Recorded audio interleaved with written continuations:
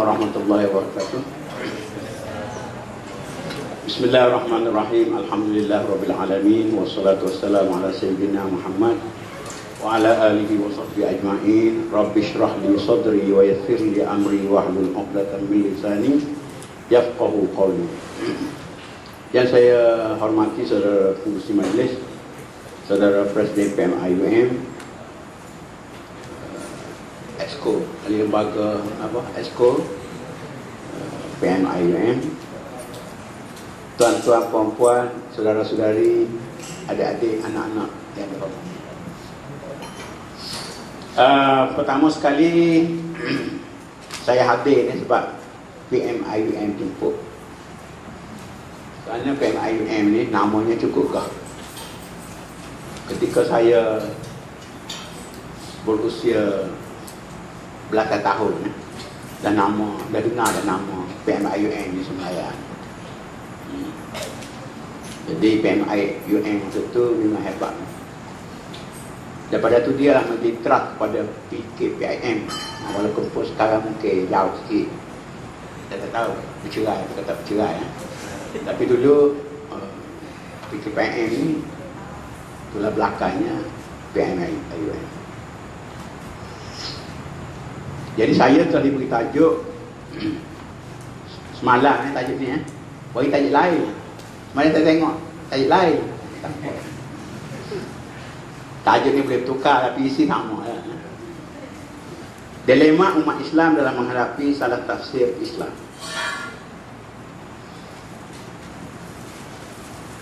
Sejam cukup dah tak tidur sejam Lepas kita buka untuk soal jawab. Kalau ada soalan kita jawab, kalau ada soalan kita berhenti. Bila kita bercakap dilema, makna dilema ni, apa makna dilema? Saya kata keserba-salahan. Serba salah. Duduk tak kena, bangun tak kena, diri tak kena, tidur tak kena. Itu serba salah. Dilema.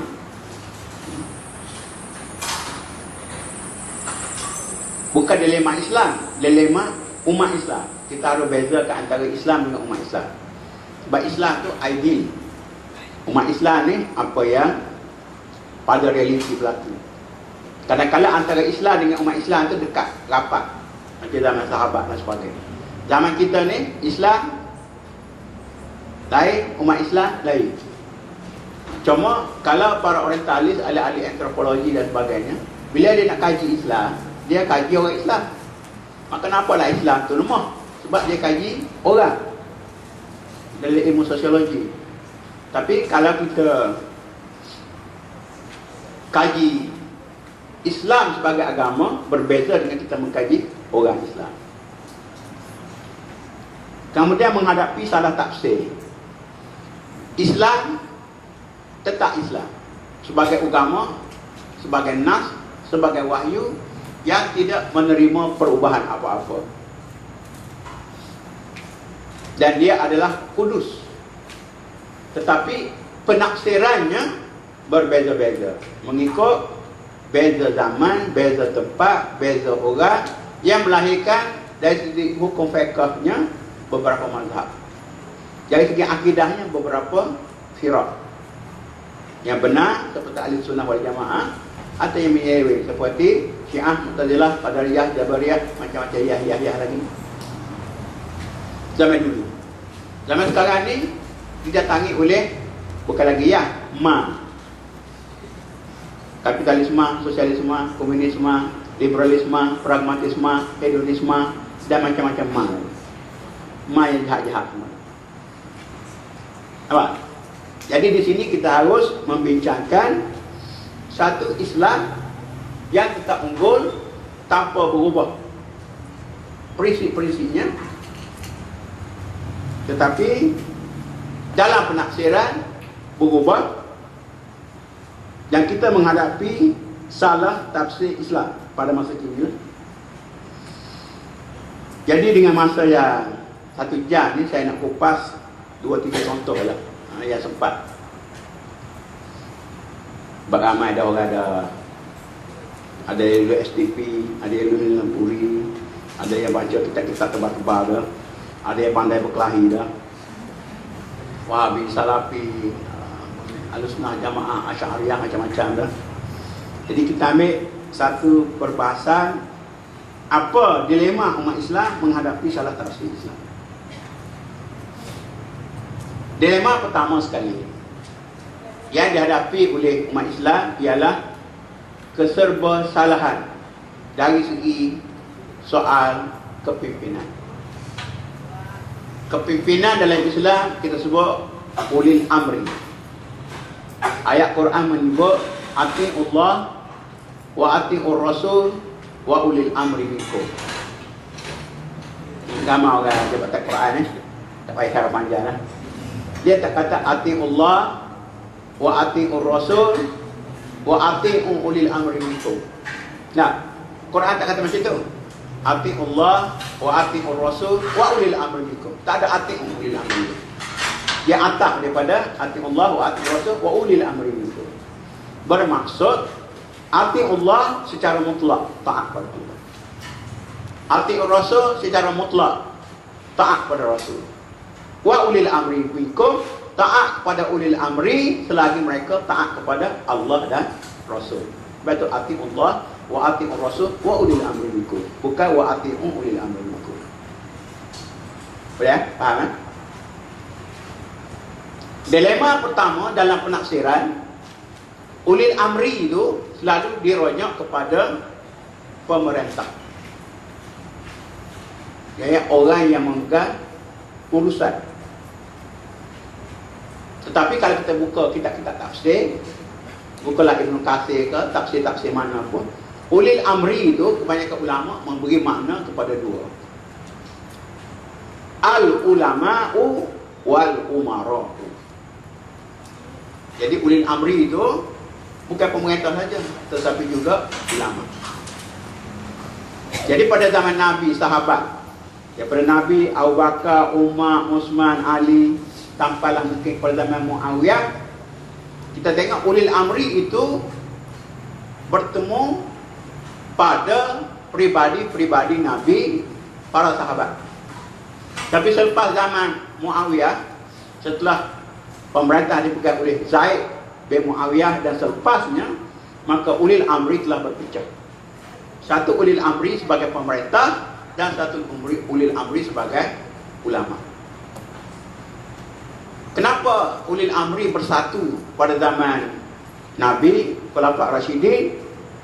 Kerana pemerintah pada masa itu sepenuhnya melaksanakan hukum-hukum Allah Subhanahu wa taala. Bila datang dinasti Amawiyah, bila datang dinasti Abbasiyah, maka ulil amri telah sebagai pemerintah telah menyeleweng daripada dasar-dasar Islam dan mengambil pengaruh daripada Parsi, daripada Rom dan sebagainya.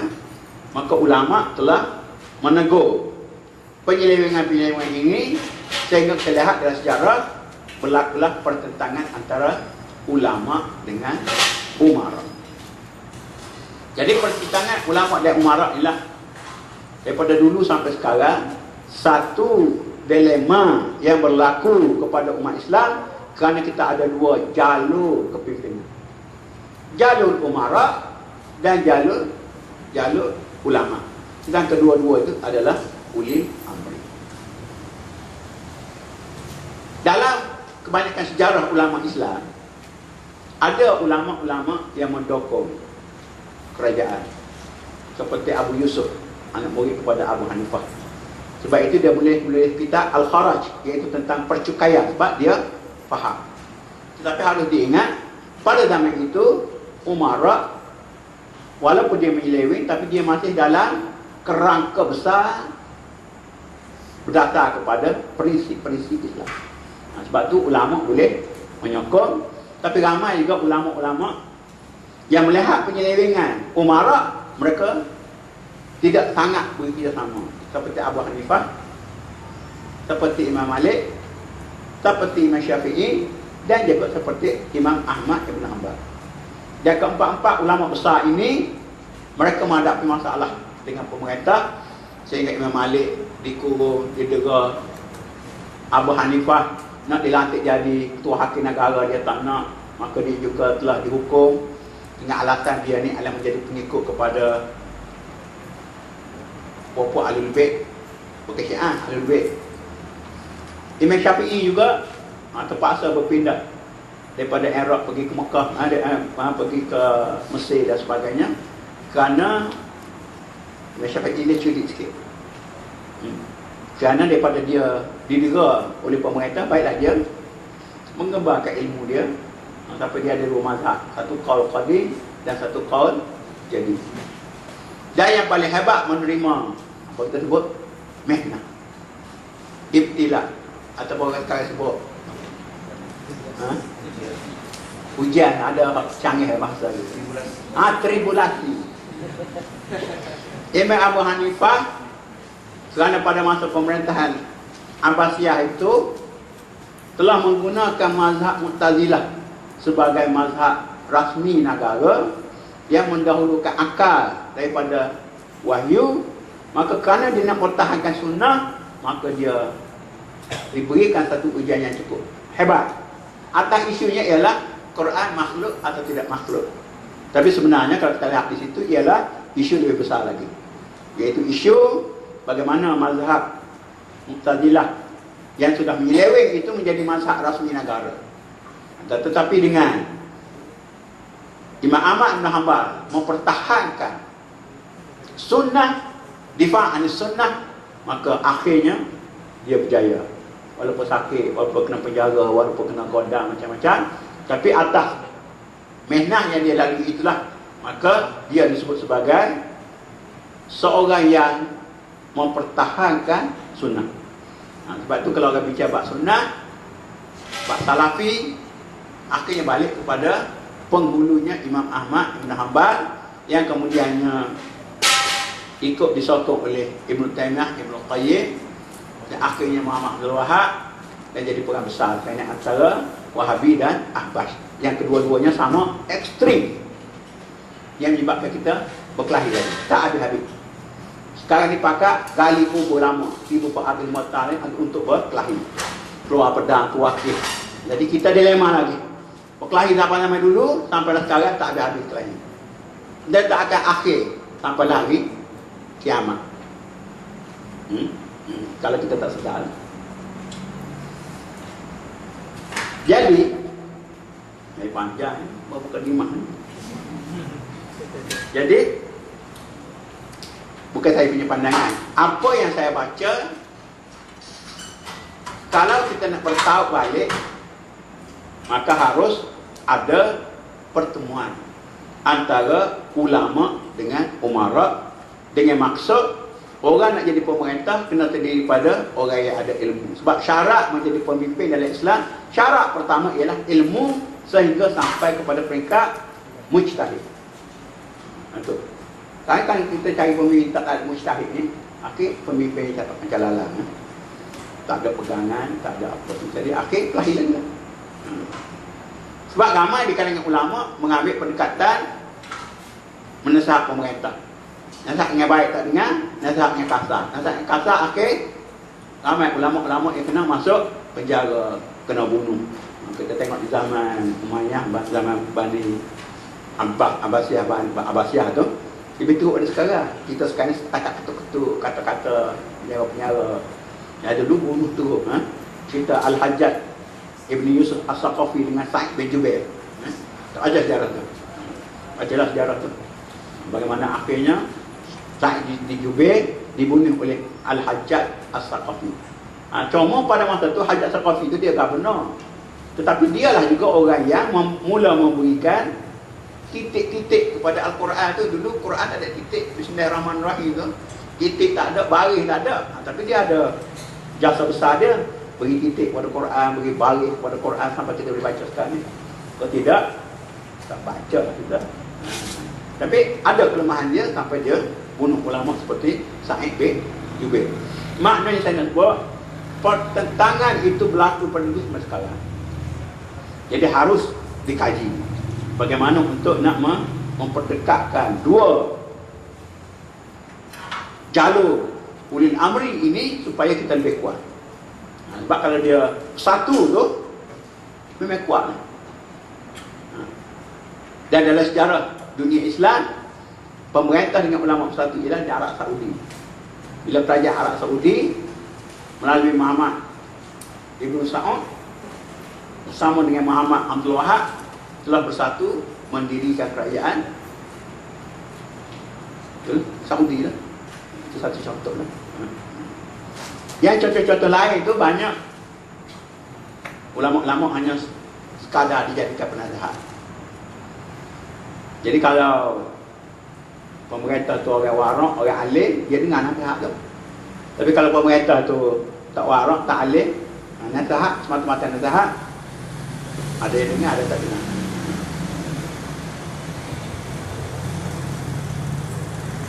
Tetapi ada juga ulama-ulama yang mengambil pendekatan bekerjasama dengan pemerintah walaupun pemerintah tak betul. Dan ini berlaku pada zaman Imam Ghazali. Lalu Imam Ghazali mencap ulama-ulama ini dengan satu istilah yang cukup menakutkan, iaitu ulama usuk. Dengan bahasa Arab ulama usuk tak takut lagi. Bila terjemah ulama jahat. Siapa ulama jahat? Imam Ghazali kata ulama jahat ialah ulama-ulama yang mendampingi diri dengan umara yang zalim. Kerana ulama yang macam ni, kalau dia masuk istana, dia tengok benda muka, kalau dia tak larang, dia tak cegah, dia berdosa. Betul tak? Jadi Imam Ghazali mengingatkan supaya jauhkan diri daripada menjadi ulama suk. Tapi kena jadi ulama al-akhirah. Ulama akhirah oleh orang-orang gerakan Islam semasa dinamakan sebagai ulama Rabbani. Ulama Rabbani iaitu ulama yang mempunyai ilmu pengetahuan yang tinggi, yang boleh kita kata, kalau boleh sampai kepada mujtahid. Kemudian dia beramal, dia menyebarkan, dia menghayati, maka itu adalah alim Rabbani. Lain pada itu,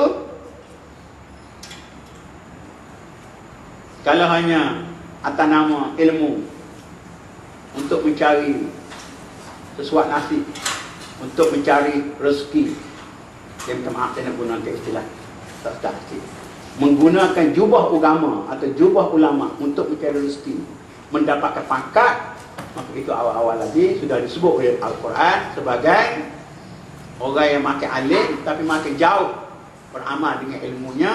Orang ini akan masuk neraka dulu sebelum daripada menyembah berhala. Kata-kata Imam Syafi'i lah. Orang yang tahu, alim, tahu satu perkara, dia tak beramal, maka dia masuk neraka belum daripada penyembah berhala. Jadi Nabi pun nyebut ulama dalam bentuk institusi hakim, qadi. Daripada 3 orang, 1 saja masuk syurga, yang 2 masuk neraka. Yang masuk syurga, yang tahu ada ilmu dan berhukum dengan ilmu yang ada padanya. Yang tak masuk syurga, yang masuk neraka, tahu tapi tak berhukum dengannya, atau jahil, kamu berhukum dengan perkara yang dia jahil. Jadi satu dilema lagi. Nak jadi ulama zaman dulu, zaman sekarang pun kita satu dilema. Kerana may yuridillahu bihi khairan yufaqihu fid din. Siapa Tuhan nak beri kebaikan, dia akan lebih faham dalam bab-bab din, mendalami agama.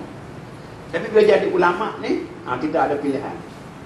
Nak jadi ulama suk atau jadi ulama akhirat. Jadi ulama akhirat mungkin hidup tak seberapa, makan boleh lah. Al-Farabi seorang ulama, seorang ahli mufakkir, hanya diberi gaji beberapa dirham sahaja. Berbanding dengan Al-Mutanabbi yang bersyair, memuji raja dan sebagainya, diberi bukan dirham, diberi dengan beribu-ribu dinar. Kita sekarang lah, kalau ceramah agama, ya, minta 300, 400 ringgit pun orang bising. Apalah ustaz ni letak harga. Kalau penyanyi, jamaah Alhamdulillah tu saya dengar macam tu. Jaki hantar saya, kita tengok. Malam tu, dia menyanyi 3 lagu. Dapat 30,000. Jadi orang menyanyi ni, menyanyi dapat dah.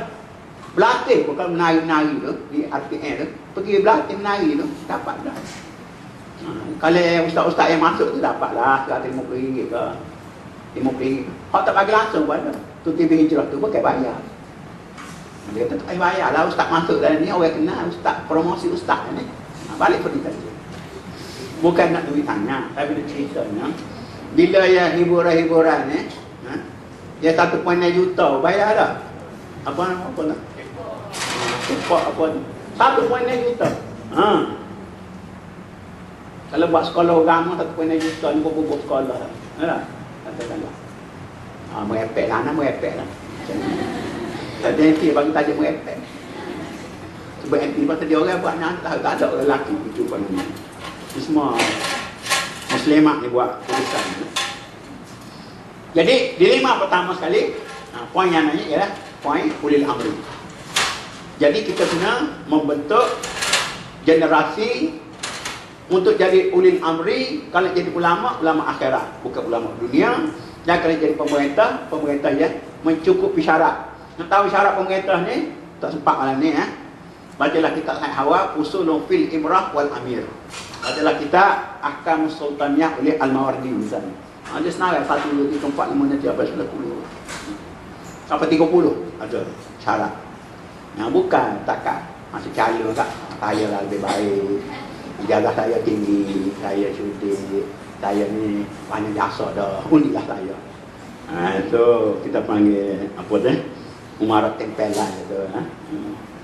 Umarat sebenarnya tak perlu nak kepek-kepek. Orang tahu dah jasa dia, ilmu dia, amal dia, apa ya. Zaman dulu kalau raja datang, kemudian ulama datang, orang pergi urung ulama tu. Orang pergi urung Imam Ahmad bin Hanbal tu, bukan pergi urung raja Bani Abbasiyah tu.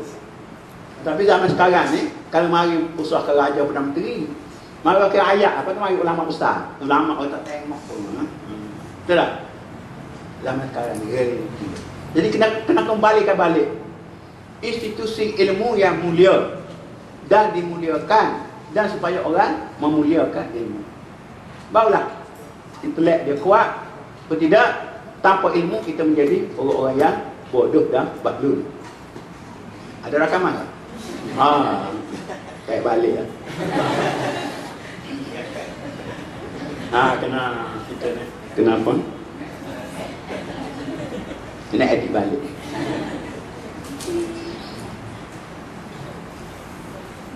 Perkara yang kedua, ini contoh.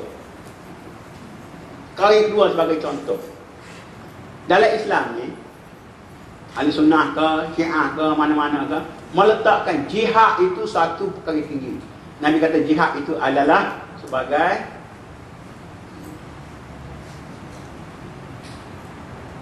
mempertahankan Islam, menjadi satu kewajipan. Jihad mempertahankan negara dan umat Islam, tanah air umat Islam adalah wajib. Sebab tu bila negeri Islam kena diserang, kita kena mempertahankan. Tak kira lelaki, tak kira perempuan, tak kira lemah, tak kira kuat, kena mempertahankan. Pada masa kerajaan Islam awal dulu, yang defensif ni memang defensif. Tapi yang ofensif, yang dia pergi hujumi sekali setahun, kena perang fi sabilillah. Pasal membuat halangan-halangan daripada dakwah Islam berkembang.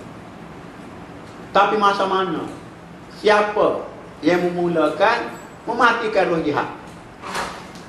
Jihad daripada al-juhdu was-sa'yu, menghabiskan segala tenaga kita untuk mempertahankan Islam.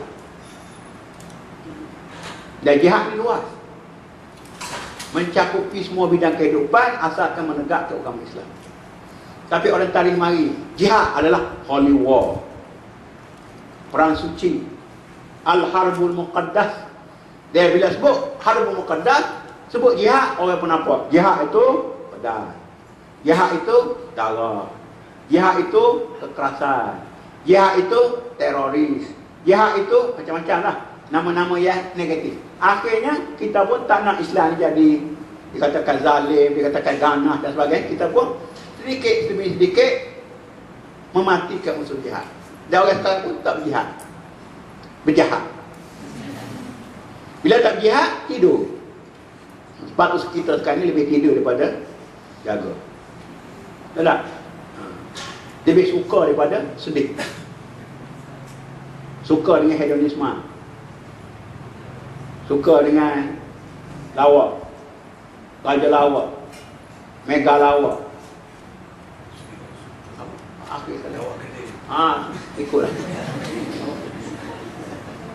Pokoknya, kata orang Indonesia, pokoknya hiburan 24 jam. Bila 24 jam hiburan ni, dia kena Nabi kata, kalau kamu tahu apa yang aku tahu, nescaya kamu walyadhaku qalilan walyabku katsiran. Banyak menangis, sedikit sangat ketawa. Kita sekali ketawa je. Bila ketawa lebih, hati keras. Bila hati keras, tak ada keinsafan. Akhirnya hidup seronok. Hedonisme. Amal. Hedonisme. Satu, bola. Sokan. Dan sokan ni kalau kita tengok, memang sudah masuk dalam protokol Yahudi, nenek mesyuarat mereka, nak merosakkan dunia ni melalui sokan. Ya bola tu, apa? Red Warrior. Minggu lepas lawan dengan apa? Lawan Tentera minggu depan nak lawan dengan apa? Lepas tu apa? FA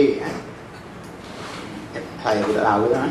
Tapi liga ni peringkat Malaysia, peringkat Asia, peringkat dunia, Brazil lagi, Manchester United lagi. Bila bola. Akhirnya tengok bola, ketika tengok bola lagi, tahajud tak ada, main malam tak ada, munajat tak ada, tidur subuh pun langgar. Salatul fi subuh gajah. Bukan tak semayat pukul 7.30 pagi. Macam gajah. Kalau harimau, singa, benda-benda lain dia semayat pagi, gajah semayat lewat. Tambah pula hari Sabtu, hari Ahad. Lagi lambat.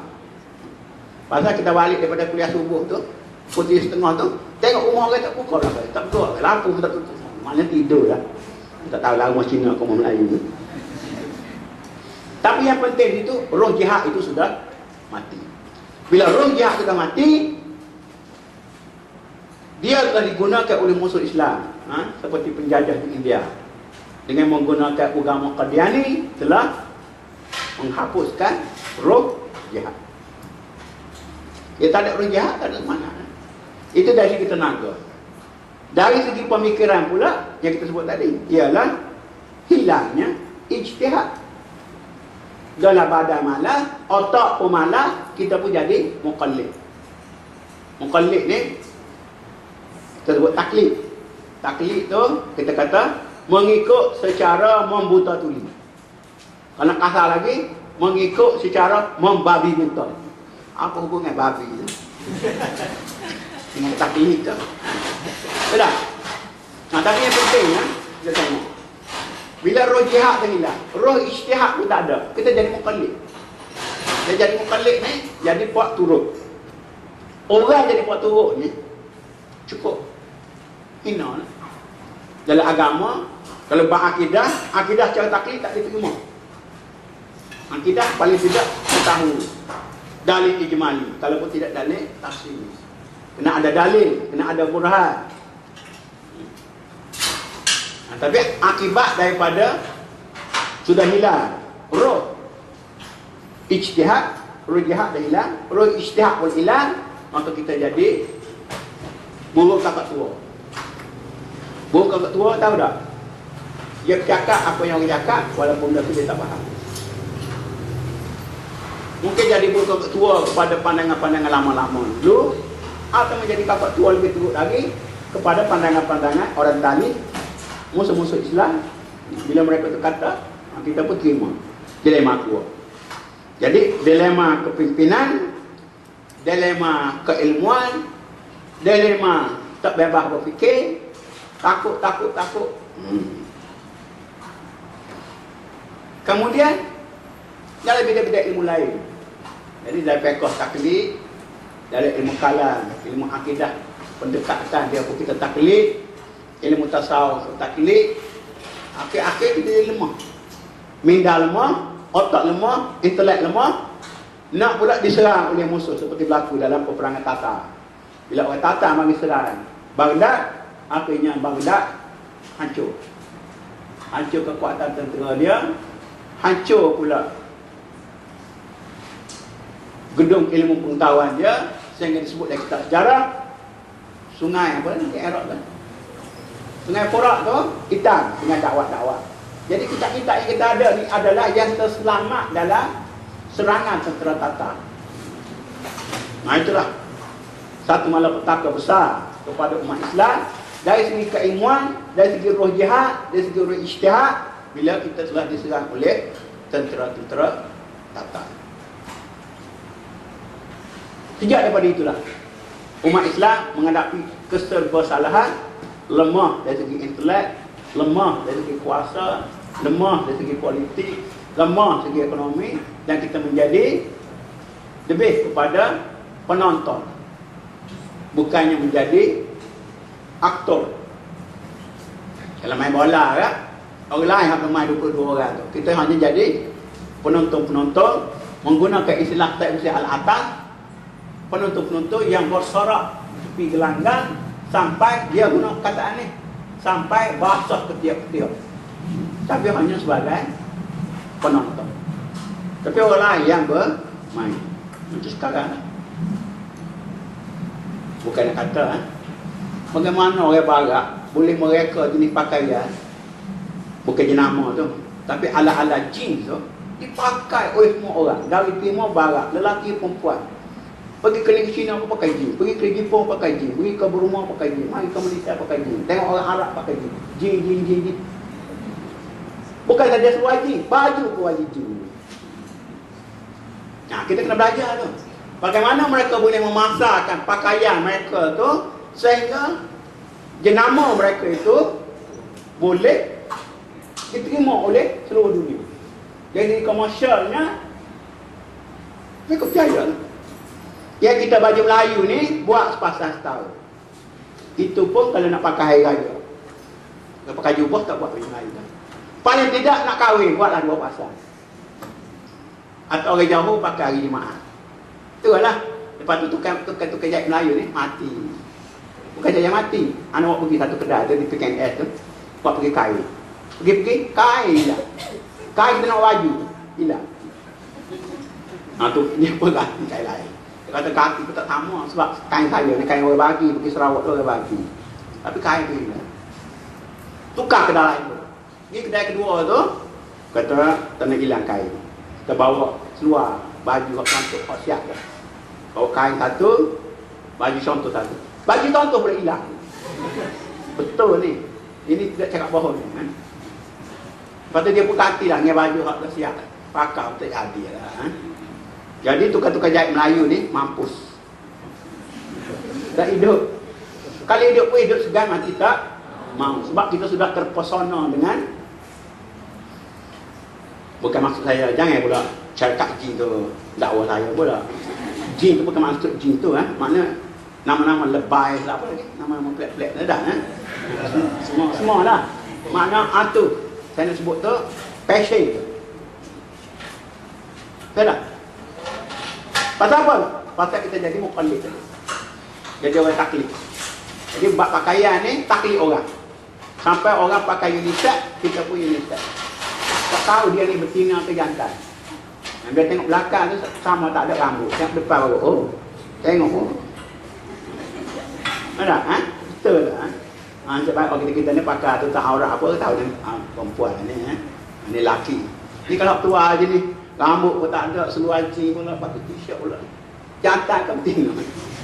Tengok depan. Tengok pengutang gek, tengok kalau perempuan tengok lelaki yang pun tonggek pun. Patut ketak pula tu. Tak habis kita ni. Nah lepas tu, ni biasa ni. Kalau kena masuk ke saya tahu kan. Ini lepek kain panah. Dari segi pakaian jadi taklid, dari segi cita rasa pun taklid. Di mana air halia, di mana air kunyit, di mana air-air yang nenek kita buat. Semua sekarang itu lagi. Saya tak kata mana-mana ni, tapi saya kata kola. Kita panggil budaya kola. Tak kata kepada siapa-siapa dia kan? Coco ke Pepsi ke tak? Kola. Jadi budaya kola ni, dia apa? Ada TV pun. Mana duduk Bismillahirrahmanirrahim minum tak ada. Dia lambung. Botol dia sepak dia pun. Nah, kita nampak dia iklan kola je dah. Tapi sebenarnya dia sudah mengiklan budaya makan sambil berdiri, sambil berlari dan sebagainya. Jadi orang kita sekali pun pergi pasar malam ke apa semua sekali, dah lah pakai sewaji keluar perut, masuk pusat apa semua sekali. Apa dah? Sebut dia lah. Lepas tu makan pun sambil berjalan. Makan jagung. Allah duduknya. Dia kata duduk, baca bismillah, doa Allahumma barik lana fima razaqtana wa qina adzabannar. Barulah makan ke minum. Jadi budaya tu dibawa. Jadi tadi pakaian. Pergi kepada makan. Ada? Puluh pagi dah tak ada, puluh mani dah tak ada. Pagi-pagi semua nak dana ke burger ke. Bukan saya mahu kat dia, saya makan juga. Nanti betul. Kalau birthday, mana ada budak-budak ni mak tak ada. Budak gede A&W. Jadi membudayakan. Awak tu masuk A&W ke, masuk McD ke, masuk lah, yang waktu dengan ada. Allah bangga yang ambil gambar. Mak. Saya masuk dalam Facebook. Malu kau orang. Jalan pergi makan, pergi rangga benda tu. Saya masuk Facebook pula tunjuk. Orang patut masuk pun curi-curi ya. Segan. Tidak. Dan taklid. Taklid pemakaian, taklid pemakanan, taklid hiburan. Pagi tadi saya menyanyi satu lagu. Sungai Sarawak, sungainya sempit. Istilah kata apa? Sungai sempit, sungai mana? Sungai Sarawak. Pasal lama tak dengar lagu. Tu dah saji ke, Ani Terapa. Atau apa-apa lagu lah. Yang lama-lama je. Saya mak 5, anak mak 5. Tak ada lah. Adanya rock, rap. Aku nak pergi ke mana? Nak pergi ke situ. Mana ada ruh? Dia muzik ni, nyanyi ni, lain pada kita baca Quran hadis tu, dia boleh beri ketenangan. Sayang Sarawak, sungai yang sempit. Kita boleh. Bisa emas, bawa belayar, masuk sebiji di atas peti. Mari Enggak, nasyid bukan buat lagi tu. Ya Allah, ya Allah, ya Allah. Jadi saya nak sebut sini kesimpulannya, dilema kita kerana kita semua jadi pot turut. Dalam budaya hidup, dalam pemikiran, hatta dalam ubat-ubatan. Dia tak laku di barat tu, baru hantar kat kita. Kita pun pakai makan lah ubat-ubat semua tu. Ubat tu pun ubat sudah hilang dia punya habis.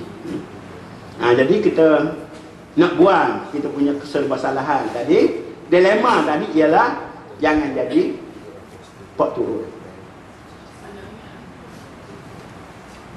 30 minit dah. Kemudian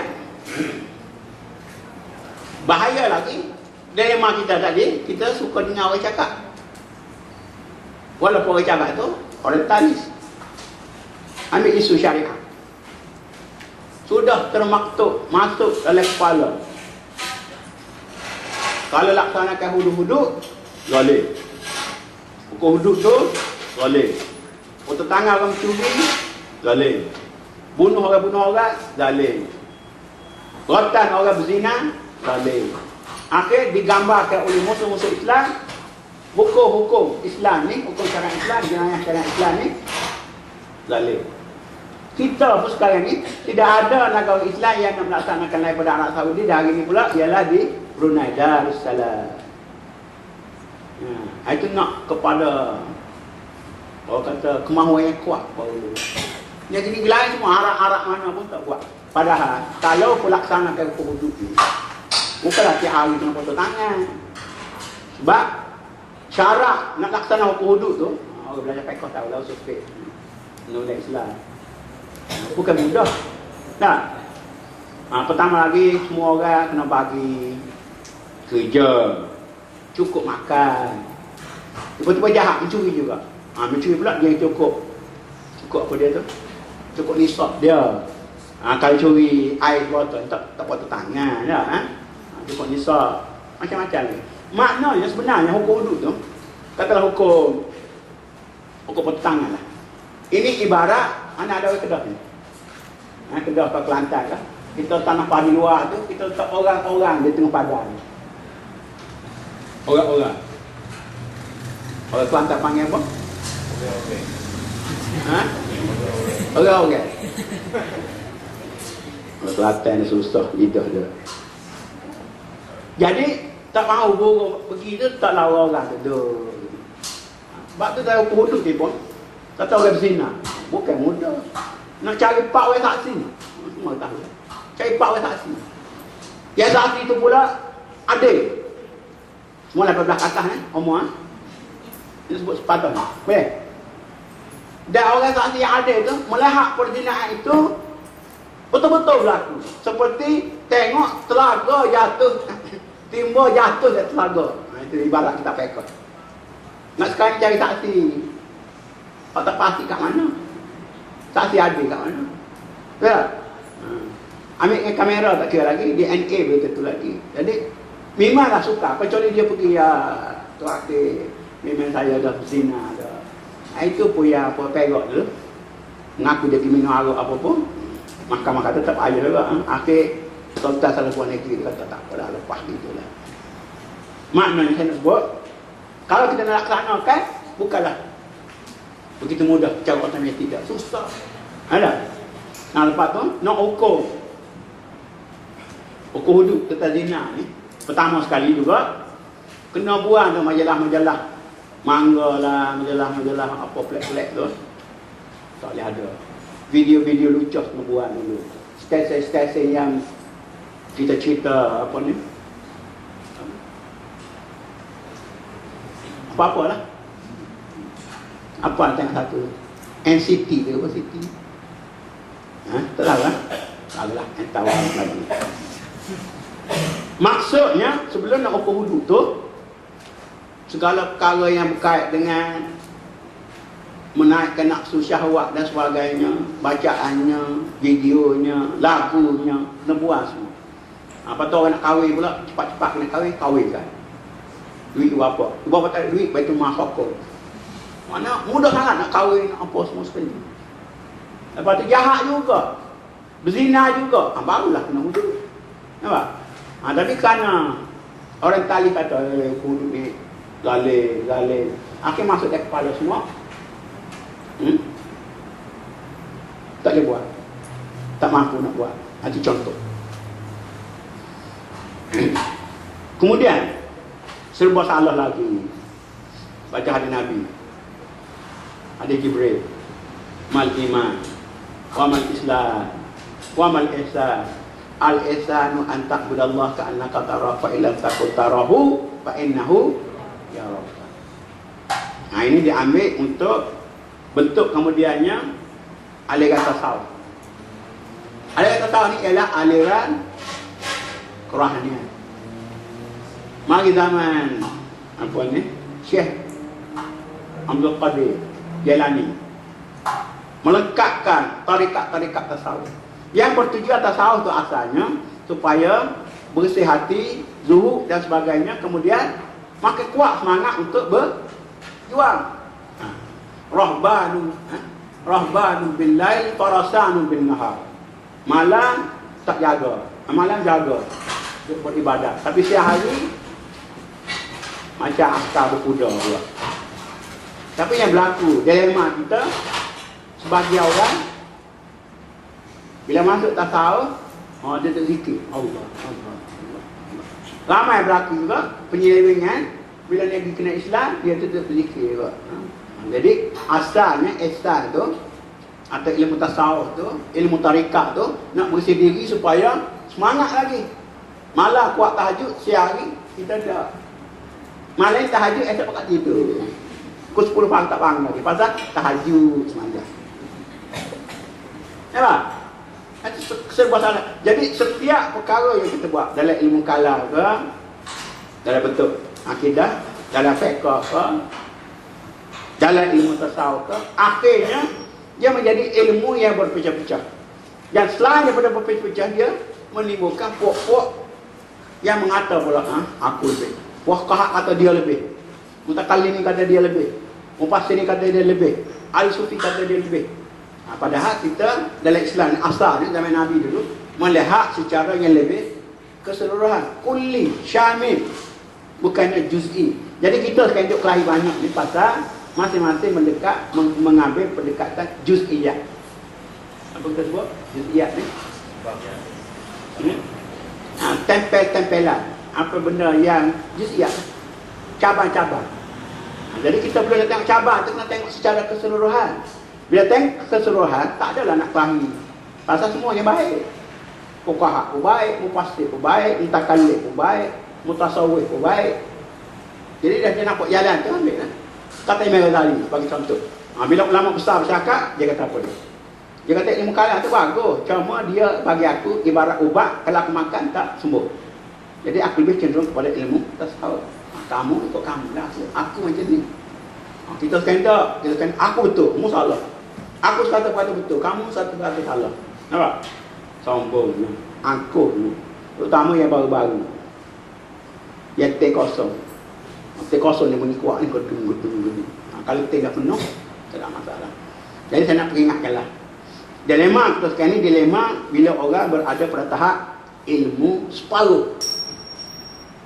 Jadi kita esok nak terima ijazah BA atau baru ilmu separuh. Kau dapat nak kunci pun. Kamu saya jumpa banyak kali lah. Kita ambil anak kunci tu, sekali dengan gambar combo tu, gantung ke rumah. Lepas tu tak belajar. Baca buku pun tak. Aku baca sok abang dengan majalah mangga. Majalah wanita. Kalau orang tua sikit macam majalah apa? Umur 40 ke atas tu. Tak tahu. Lemah sangat maklumat. Pengetahuannya saya tahu tapi tak ingat, lupa. Biasalah orang tua lupa tak tak tahu majalah apa. Khusus untuk orang 40 ke atas. Untuk wanita. Midi. Saya belanggar tu. Tengok perangai orang umur 40 kan. Dia masa anak dara tu, bahasa orang Kelantan lah. Dia kata setengah-setengah tu gelenyang. Apa gelenyang? Gatal. Rupanya orang umur 40 50 tu gatal dia lebih lagi. Tapi gatal saya umur 40 lah. Nak kena baca tu maklumat lah.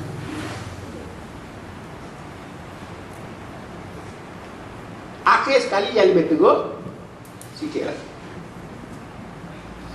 Ilmu yang kita belajar, warisi, turah pada zaman.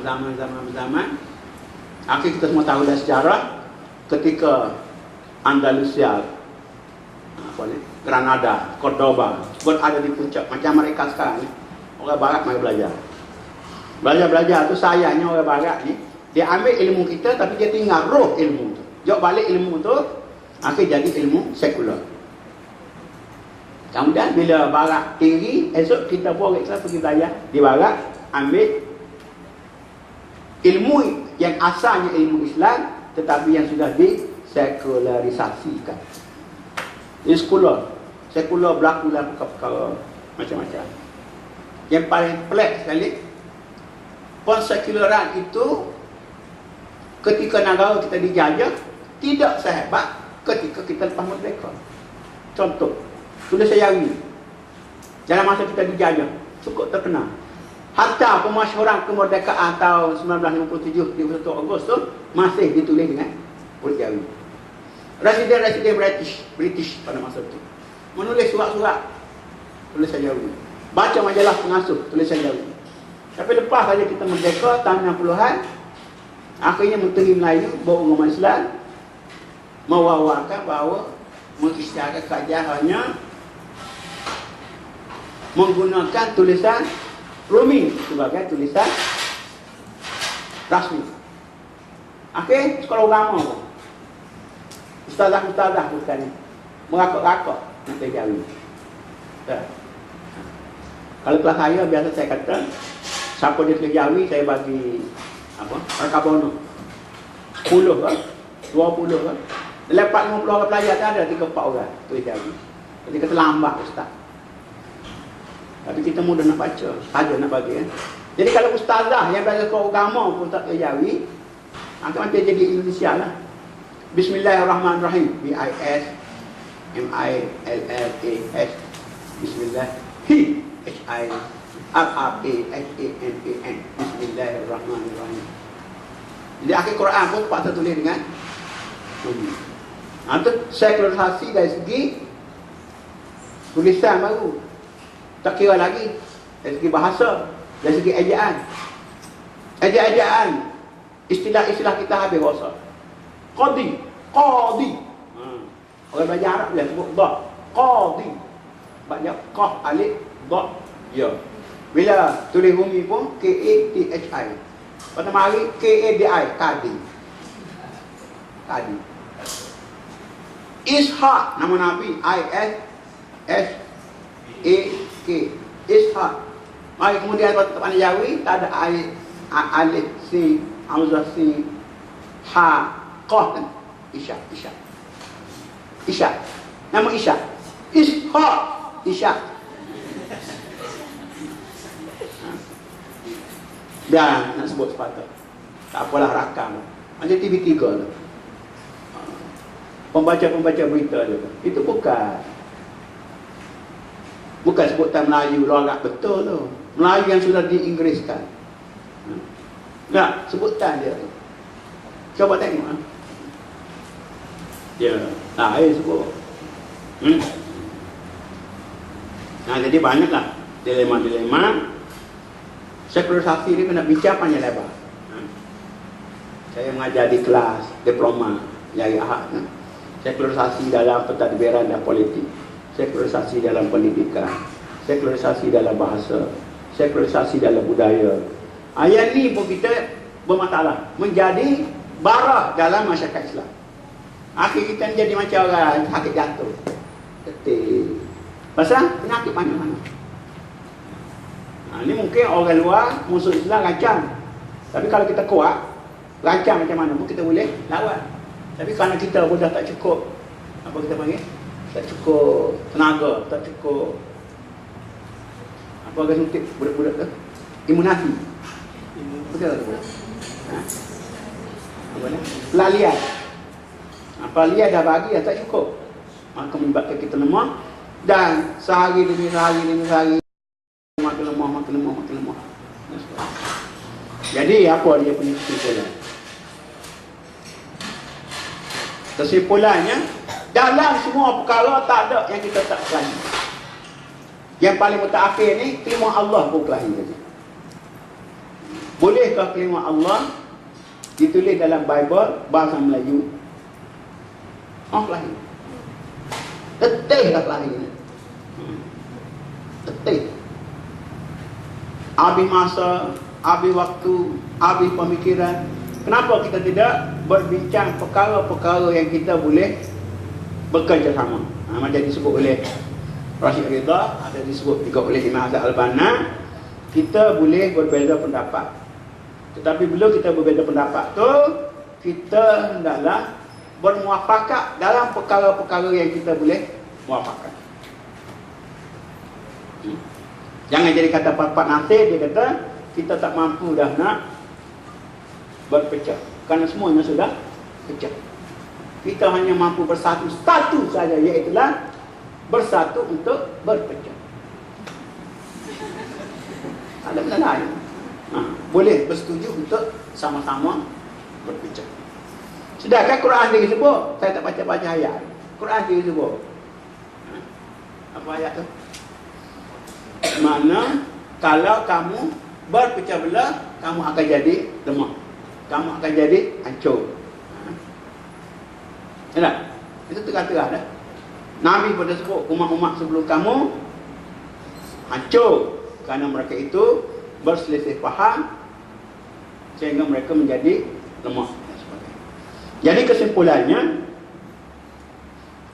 kita nak kena sebaluahkan lagi pemikiran-pemikiran yang kita anggap sebagai pemikiran tajdid, pembaharuan, untuk memperbaharui kepahaman Islam yang sudah menyeleweng kepada kepahaman Islam yang murni, seperti apa yang dibawa oleh Al-Quran dan oleh As-Sunnah dengan tafsirannya betul.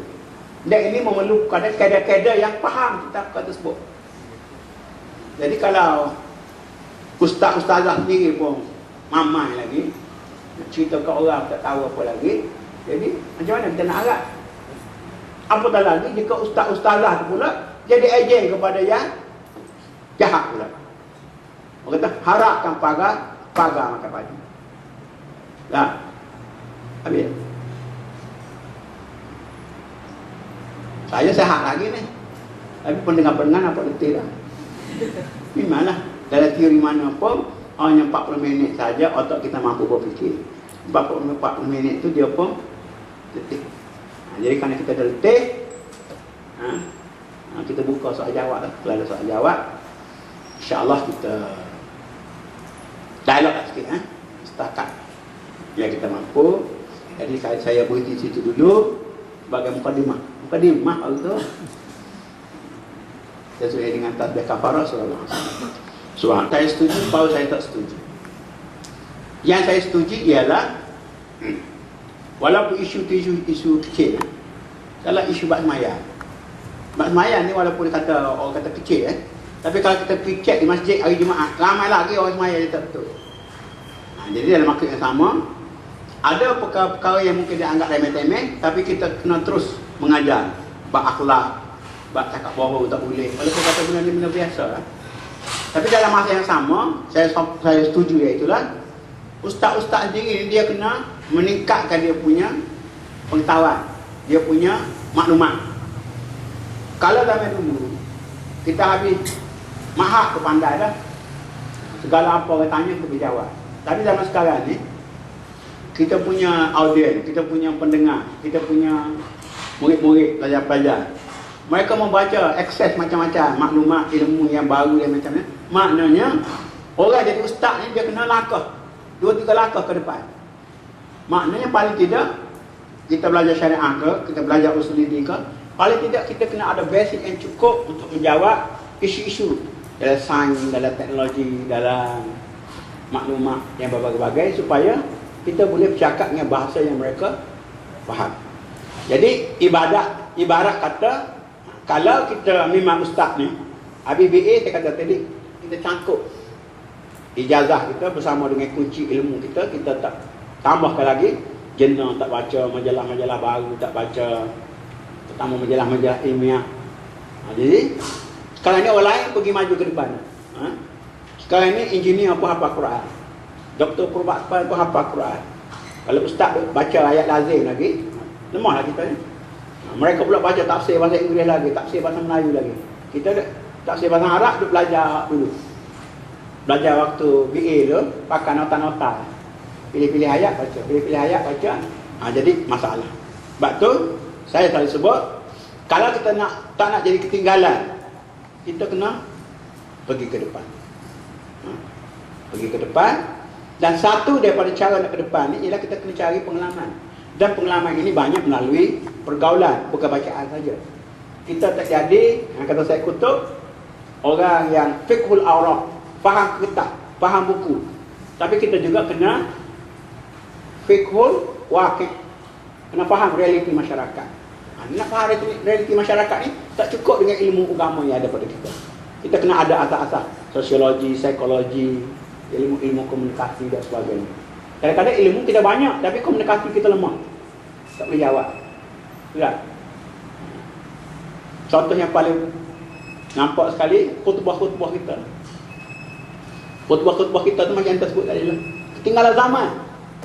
Pasal Tok Khatib buka mulut tu, makmum kata aku tahu dah. Tahu dah dia pun tidur. Dia barakallahu lakum fil Qur'anil azim. Dia tahu. Jadi macam mana kita kena ada kreativiti, maklumat yang baik semasa isu-isu yang baru, kemudian dipersembahkan dalam bentuk yang menyegarkan. Ya? Itu baru boleh. Tapi kalau kita duduk takut lama, memang padan lah. Orang kata ustaz ni tak lepas-lepas daripada asyik benda tu, benda sama. Jadi kita kena ada perancangan lah. Sayangnya 1000 kali sayang, masjid-masjid kita dijaga oleh nazir-nazir, AJK yang sudah tua, yang dah ketinggalan zaman. Pokok yang dah masuk kelab pencet, tak bermain, hanya menunggu alat kubur. Tapi masih rasa dia gagah, dia berkuasa. Jadi sepatutnya dia masukkan ni orang baru, roh-roh muda ni, jadi AJK, jadi kuasa baru dah. Sudah, ini orang tengok masjid ni kumpulan pencet. Patut imam pun tak ada gigi dah. Macam Fatihah pun tak betul. Sudah, Kalau pakar pula terebel pula pergi. Imam tu patut kena pakar. Pasal depan dia tu, ketua polis ada, depo ada dia pun. Bagilah banyak duit pun, gaji dia. Kau dia pun confidence sikit. Ni dia naik atas tu, Allah aku lebih sekali. Kita nak baca khutbah di macam kita ni, intelek profesor jadi khutbah profesor lah. Ni bila khutbah depan profesor baca biasa-biasa. Hendaklah kita menanam pokok-pokok bunga di tepi rumah.